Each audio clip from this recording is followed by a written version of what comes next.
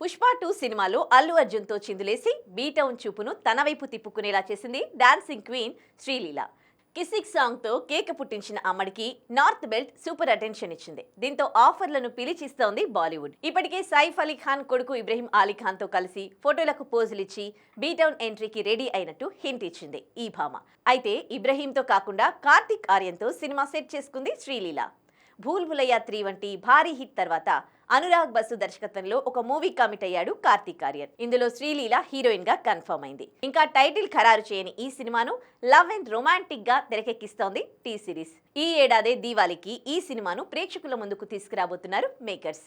ఇదిలా ఉంటే ఇప్పుడు కార్తిక్ ఆర్యన్ మరోసారి ప్రేమలో పడ్డాడంటూ వార్తలొస్తున్నాయి. సారా అలీ ఖాన్ తో బ్రేకప్ తర్వాత సింగిల్ గా ఉన్న ఈ స్టార్ హీరో శ్రీలీలతో షికార్లు చేస్తున్నట్టు బాలీవుడ్ భోగట్టా. ఈ ప్రాజెక్ట్ ఫస్ట్ లుక్ రిలీజ్ అయిన నాటి నుండి ఈ ఇద్దరి మధ్య సంథింగ్ ఉందని బీటౌన్ లో పుకార్లు వస్తున్నాయి.